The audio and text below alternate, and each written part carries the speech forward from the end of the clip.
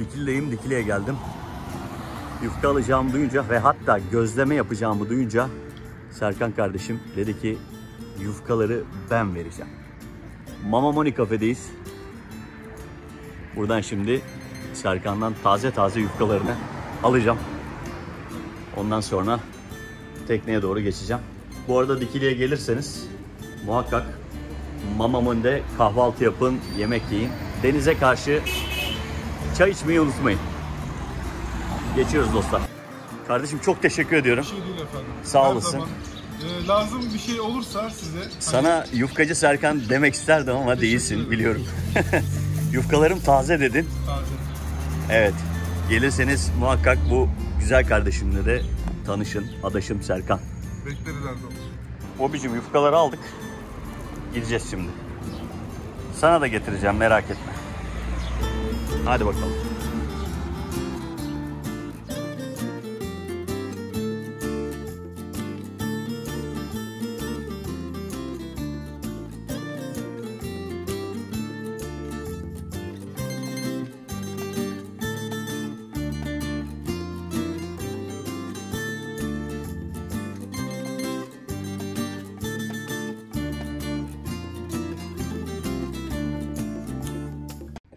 Evet. Teknemiz karşıda. Şimdi kürek çekip gideceğim. Küçük stüdyom da burada. Cihazlarım, gitarım. Burada da malzemelerim var. Haydi bakalım.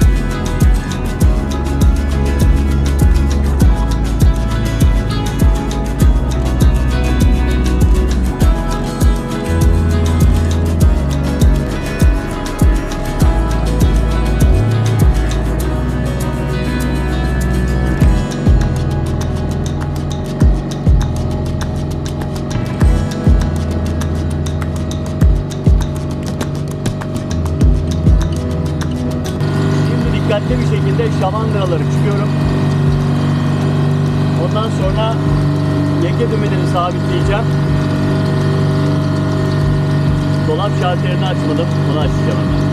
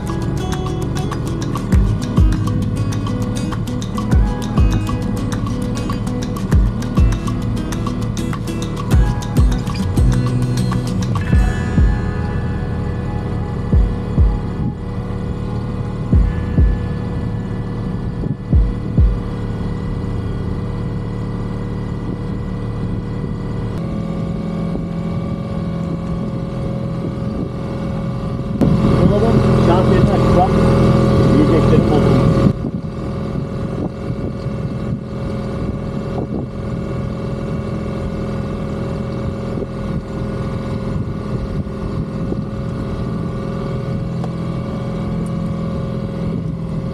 Yeke dümen şu anda fena değil. Gayet güzel çalışıyor. Adayı kerteriz aldım. Tam hatta ucuna doğru yaklaşık. Henüz bir bozulma olmadı.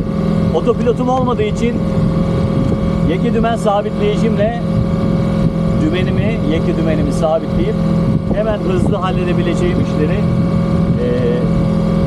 yapmaya çalışıyorum. Tabii bunu yapmadan önce etrafımda herhangi bir şey var mı? Kromama bakıyorum. İskele sancak omuzluklarıma bakıyorum. Gelen giden var mı? Herhangi bir halat var mı? Herhangi biri var mı? Suyun üstünde herhangi bir engel var mı diye bakıyorum. Hızla işimi hallediyorum. Tekrardan dümenin başına geri dönüyorum. Çünkü yalnızım bugün. Tek başıma çıktım. Şimdi çok güzel bir yere demir atacağım. Ve sonra size yemek yapacağım.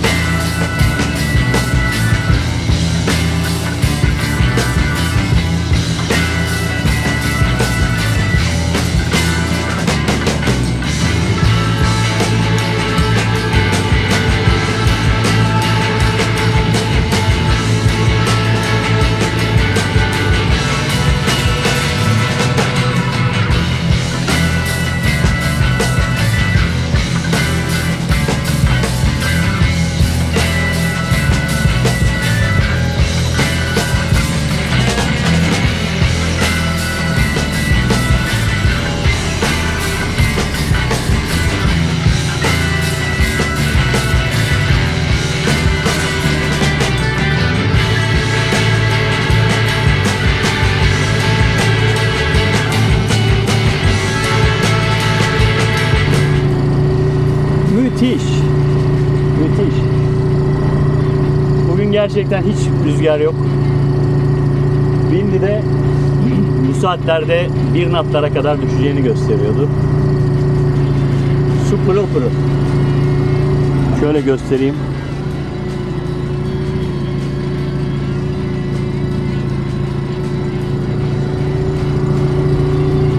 Gerçekten pırıl pırıl bir su var.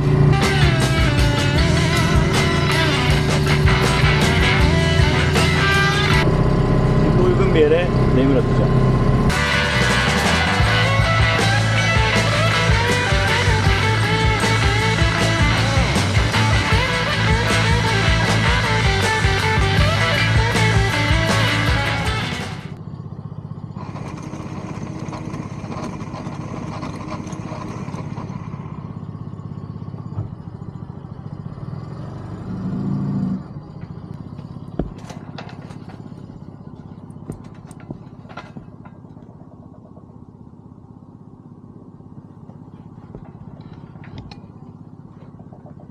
Demirim şu anda zeminde. Yani hiç rüzgar olmadığı için zincirin sadece ağırlığıyla duruyoruz. Şimdi onu sabitleyeceğim. Biraz tornistan yapacağım. Biraz daha zincir bırakacağım.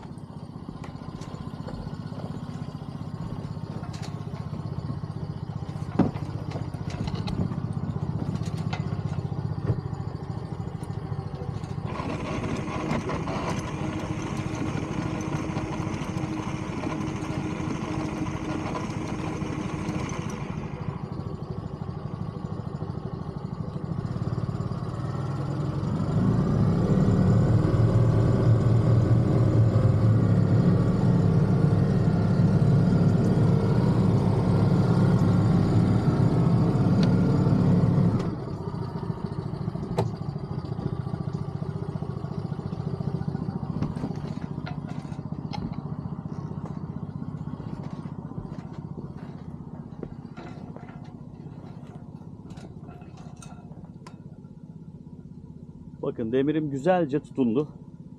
Hatta esnemesiyle birlikte bizi şu anda ileriye doğru götürüyor. Böyle. Demir attık. Hazırız. Kalamarlı gözlemeye hazır mısınız? Haydi bakalım. Woohoo!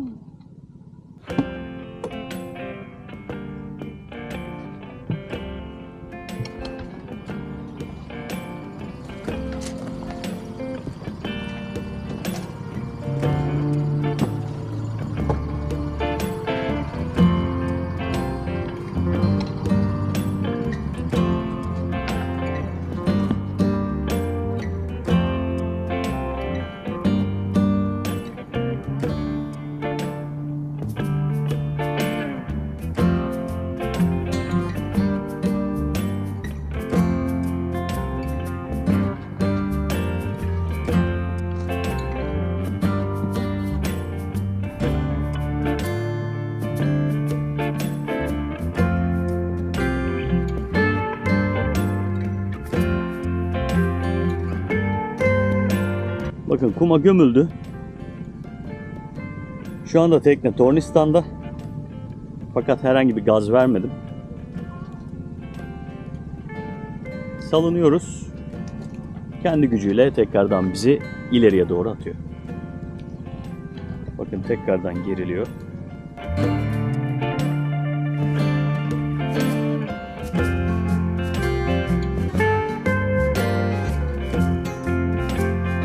Gerildi, güzelce oturdu.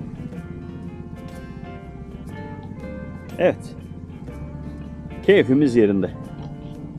Yaklaşık 3 metre, 3,5 metre derinlikteyiz.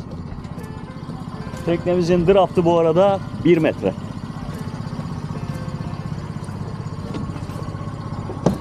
Haydi bakalım. Dostlar, teknede, seyirde de her zaman yaptığım gibi hem kafa açıp motoru biraz havalandırıyorum, hem de motor su soğutması düzgün çalışıyor mu, motor devir daim yapıyor mu kontrol ediyorum. Yapıyorsa bile elimle bir kontrol ediyorum. Kontrol ettikten sonra suda bir ısınma var mı? Motor ısınmış mı? Bir sıkıntı var mı diye kontrol ediyorum. Suyumuz oldukça soğuk. Motorumuz devir daimini yapıyor. Ve motorumuzu boşaldık. Çapamız zemine tutundu. Mutluyuz, huzurluyuz. Hadi bakalım devam edelim. Motor stop.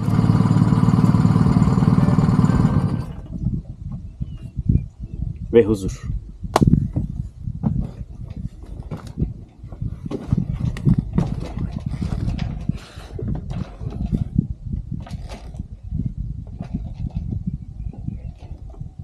Dostlar, hepinize selamlar. Bugün tek başıma seyir yapmak istedim. Oldukça rüzgarsız bir hava. Yelken yapmadım. Motor seyriyle birlikte Alarga'da olduğumuz barınaktan çıktım. İki adanın arasına. Buraya birçok yerde Türkiye'de var tabi ama akvaryum koyu diyorlar. Aynı zamanda Türkiye'nin Maldivleri diyorlar. Buraya gelmek istedim. Burada biraz tek başıma zaman geçireceğim. Biraz size görseller alacağım. Tekneyi dıştan çekeceğim. Ve aynı zamanda başlıkta da dediğim gibi gözleme yapacağım size. Bakalım nasıl olacak. Ben de bilmiyorum. Hiç yapmadım, denemedim. Ama yapsak güzel olur dedim. Bakalım nasıl olacak. Malzemelerim var. Şimdi dolabımı açıyorum. Biraz soğusun. Ben de çok az dinleneyim. Ondan sonra Serkan Şef mutfakta.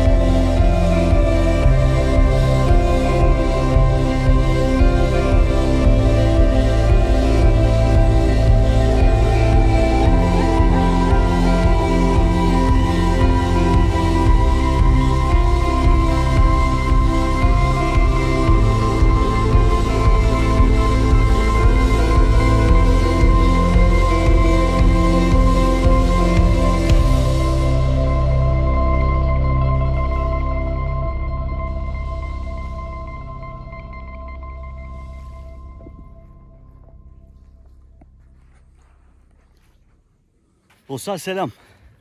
Adaya çıktım.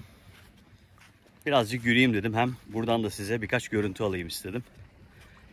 Tekneyle birlikte tek başıma şu anda adadayım. İnanılmaz keyifli. Harika bir hava var. Muhteşem bir deniz. Tertemiz. Pek kimseler yok ortada. O bir yıldız diyen Görkem bizim barınak başkanı. Selam. Görkem'im eğlenceli adam. Böyle içerikleri beğeniyorsanız ve istiyorsanız benimle seyir yapacaksanız muhakkak yorumlara yazın. Seve seve sizlerle birlikte seyir yaparım. Gittiğim yerleri size göstermeye çalışırım. Çok keyifli. Çok keyifli dostlar. İnanılmaz huzurlu. İnanılmaz keyifli. Karaya çıktıktan sonra da teknenizi seyretmek ayrı bir keyif veriyor. Canım benim süzülüyor. Hadi gidelim yemek yapalım.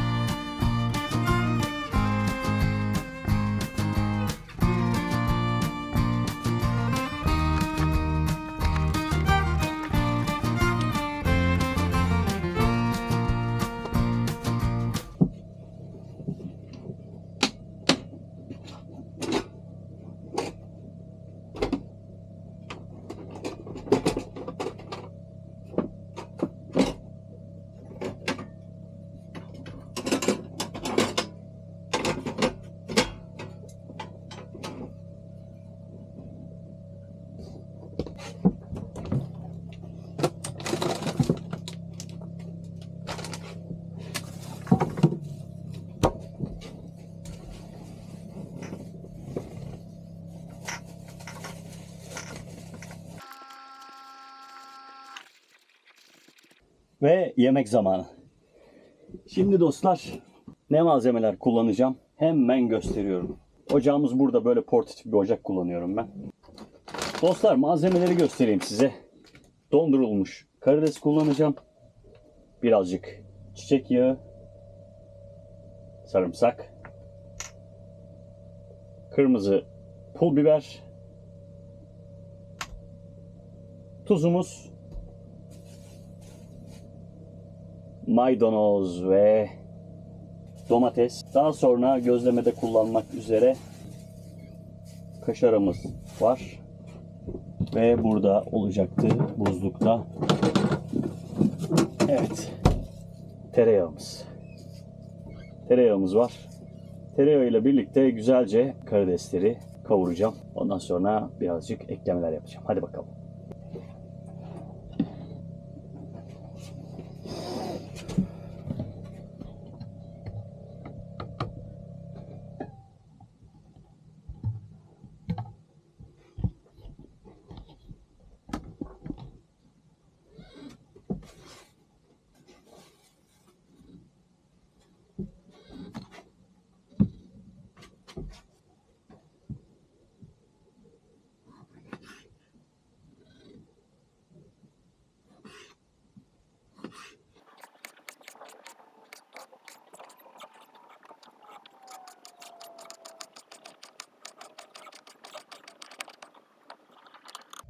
Biraz domates doğradım.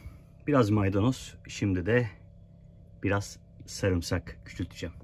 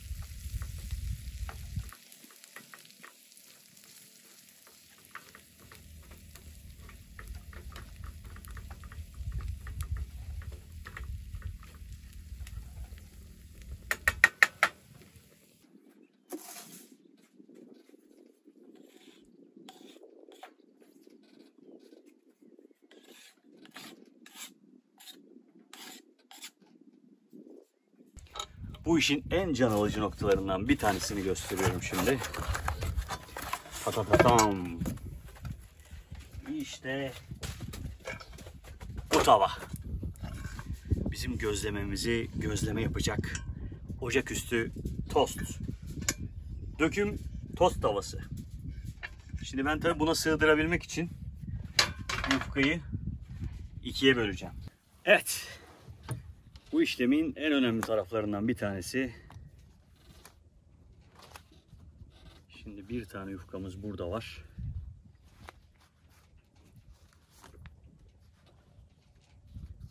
Yufkayı ikiye böleceğiz.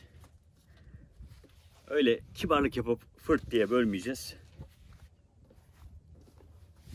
Yufkayı ikiye bölüyorum ki tavaya sığsın diye. Hop, azıcık kopardım. Sıcaktan birazcık yumuşamış. Annelerden öğrendiğimiz gibi. Bunu da bir yere muhakkak ekleriz. Şimdi bir tane kıvırıyorum ki ince olmasın diye. Özellikle domatesli olduğu için bunda anında yırtılabiliyor. Evet. Şimdi bunu bilerek bol malzemos yapacağım.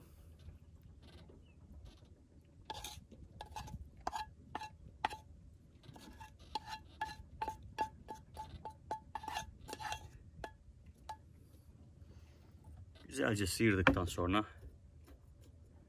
tavamız temizlenmek üzere, şuraya bir yere gitsin.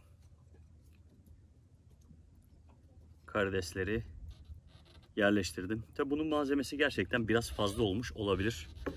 Çünkü bir tane yapacağım ve hemen arkasından bomba bir hareket daha yapıyoruz. Birazdan ocağın üstünde eriyecek olan kaşarlarımız.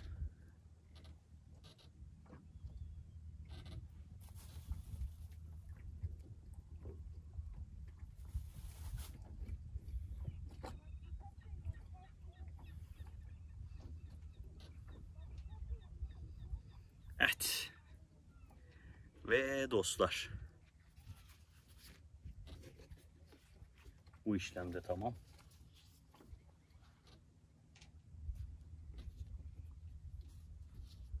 Katlamaya geçiyorum.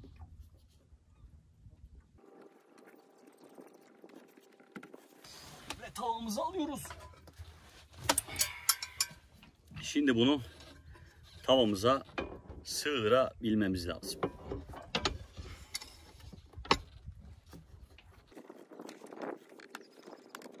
Gördüğünüz gibi tavamıza sığdı. Normalde tavayı ısıtıyorum. Aşağıda çalışmak zor olduğu için bunu burada göstermek istedim. İyi bir gözlemenin bence sırrı işte bu çiçek yağını üzerine sürmek. Çıtır çıtır gözlemeniz olacak. Ta ta ta tam. Ta ta ta tam. Vay arkadaş. Denizin üzerinde iki adanın arasında karidesli gözleme. Nerede var bu hizmet? Bu hizmet sadece her yer denizde. Evet. Birazdan diğer tarafına da süreceğim. Hadi gidelim pişirelim.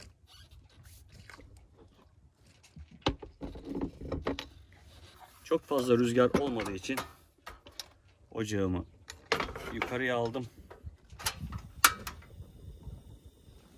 Bakalım çok etkileniyor mu? Çok etkilenmiyor şu anda.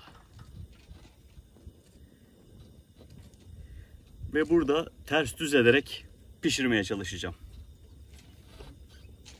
Bakalım nasıl olacak. Bu arada kavanozlarıma dikkat çekmişsinizdir. Bu kavanozlar kimde olur? Bebeği olanlarda. Bu mama kavanozlarını böyle değerlendirdik. Kızım bunları yemiş afiyetle, yarasın ona. Şimdi de babası her yer deniz dostları için yemek pişiriyor.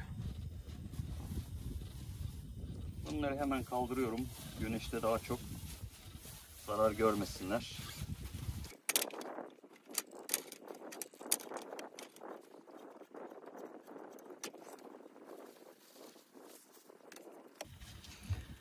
Evet, bakalım sonuç nasıl olacak. Bu tavanın güzel yanlarından bir tanesi de gözlemeyi yaparken ters düz kolay edebiliyorsunuz. Aynı zamanda da bir gözlemeyi yarıya böldük. Gayet yeterli bir porsiyon çıkıyor. Ben genelde 2 tane yiyorum. Çaktırmayın. Evet. Bakar mısınız dostlar? Çıtır çıtır oldu şimdiden.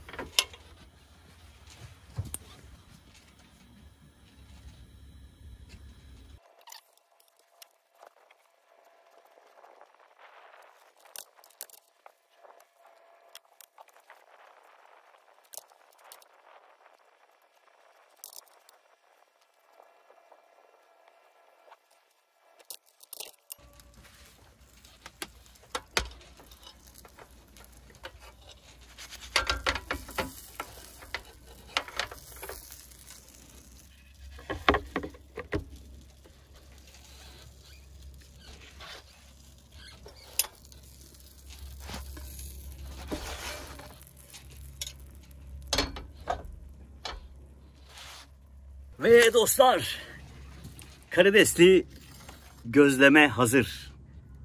Serkan Yıldız spesiyeli. Not ediniz efendim. Hazırsanız kesiyorum. Çıtırtısı geliyor mu bilmiyorum. Gerçekten çıtır çıtır olmuş.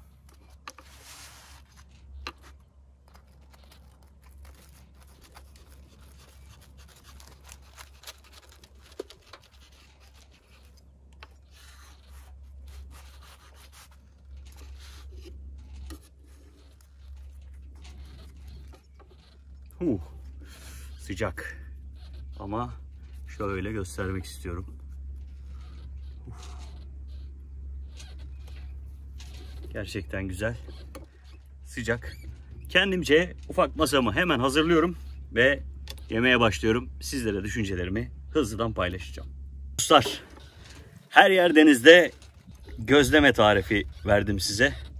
Tabii tadını inanın ben de bilmiyorum. Tadına bakmadım. Şöyle içini bir göstermek istiyorum tekrar. Bakalım nasıl olmuş. Hep beraber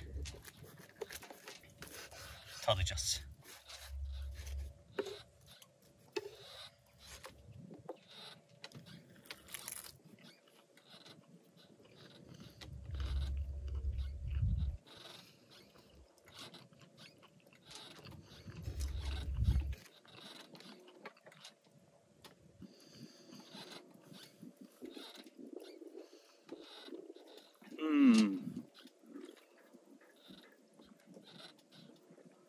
Harika.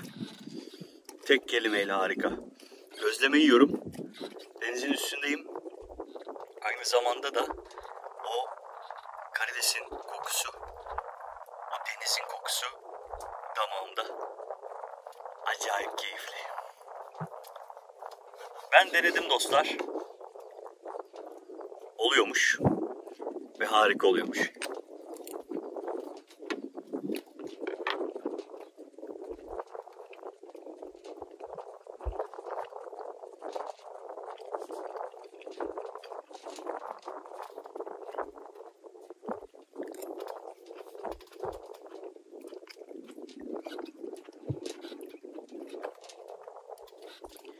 Kesinlikle tavsiye ediyorum.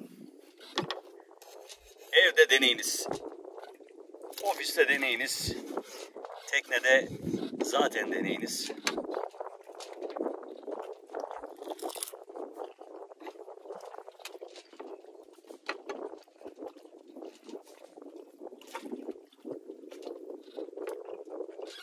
Bakmayın böyle. Size ayıp olmasın diye. Kibarlık yapıyorum. Yoksa bunları peçeteye sarıp löp löp gömerim. Bundan sonra da öyle yapacağım.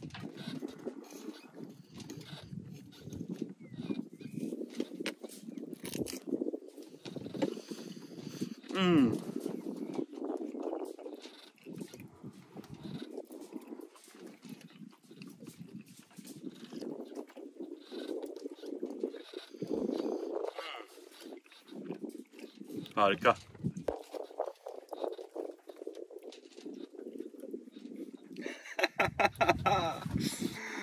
İşte bu. Woohoo! Denizciğim, canım benim. Seninle güzel. Şimdi yalnız başıma geldim, açıldım. Yalnız başına böyle açılmak, etmek güzel ama ben her zaman sevdiklerimle paylaşmayı daha çok seviyorum dostlar. Bu yemeği de, bu denizi de sevdiğim insanlarla paylaşmak bana çok daha umut dolu, çok daha sevgi dolu, çok daha hayırlı geliyor. Çünkü mesela şimdi burada ben bir kameraya konuşuyorum. Siz bunu daha sonra izleyeceksiniz. Diyorum ki görüyor musun deniz ne kadar güzel ya da tadı ne kadar güzel. Tattın mı? Onlar için yemek yapmak zaten ayrı bir keyif. Sevdiklerim için, dostlarım için, ailem için. Bu güzelliği görüyor musun? Harika değil mi demek, paylaşmak benim için çok daha huzur verici bir şey. O yüzden paylaştıkça da arttığını düşünüyorum. İnşallah bir nevi sizinle paylaşmam yüreğimi ferahlatır diye düşünüyorum. Kusura bakmayın öyle çok fazla yemek paylaşan bir insan değildim. Ama deniz ürünlerini, deniz mahsullerini nasıl değerlendirebiliriz? Gerçekten merak ediyorum ki evde de oldukça yemek yapan birisiyim. Çok da severim. Her yer deniz mutfağı da çekmeyi çok hayal ediyordum. Gerçekten çok istiyordum. Nasip olmadı yani olanaklar gelişmedi. Her yer deniz mutfağın bir bölümü de böyle başlamış olsun. Sadece deniz ürünlerinden yemekler yapılan bir program olmasını istiyordum o programın. İlk program böyle oldu. Her zaman deniz ürününden yemek yapacak değilim. Denize çıktıkça yemeğimi yapacağım, yiyeceğim, içkimi yudumlayacağım. Sizle de paylaşacağım. Böyle içerikleri sevdiyseniz lütfen yorumlara yazın. Çok mutlu oluyorum. Bizim için de yorumlar çok önemli. Sizden aldığımız geri dönüşlerle biz de kendimizi iyileştirmeye gayret ediyoruz. Daha iyisini yapmaya, daha iyi çekimler yapmaya gayret ediyoruz. Beğendiyseniz lütfen yorumlara yazın. Ben müsaadenizle yemeye devam ediyorum.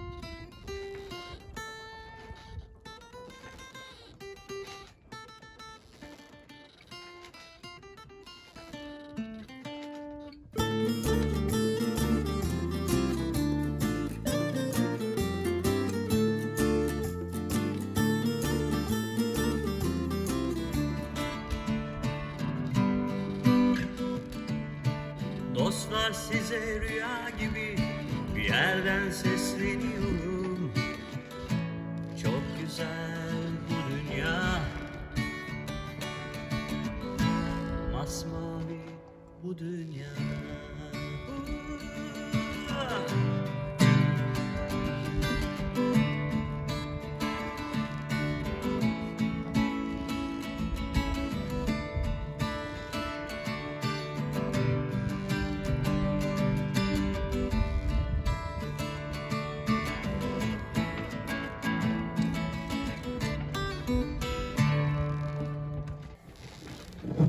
Ve dostlar, umarım bölümü beğenmişsinizdir. Yavaştan buradan demir alacağım ve yerime gideceğim. Yanaşacağım demiyorum. Çünkü yanaşabilecek bir yerim yok.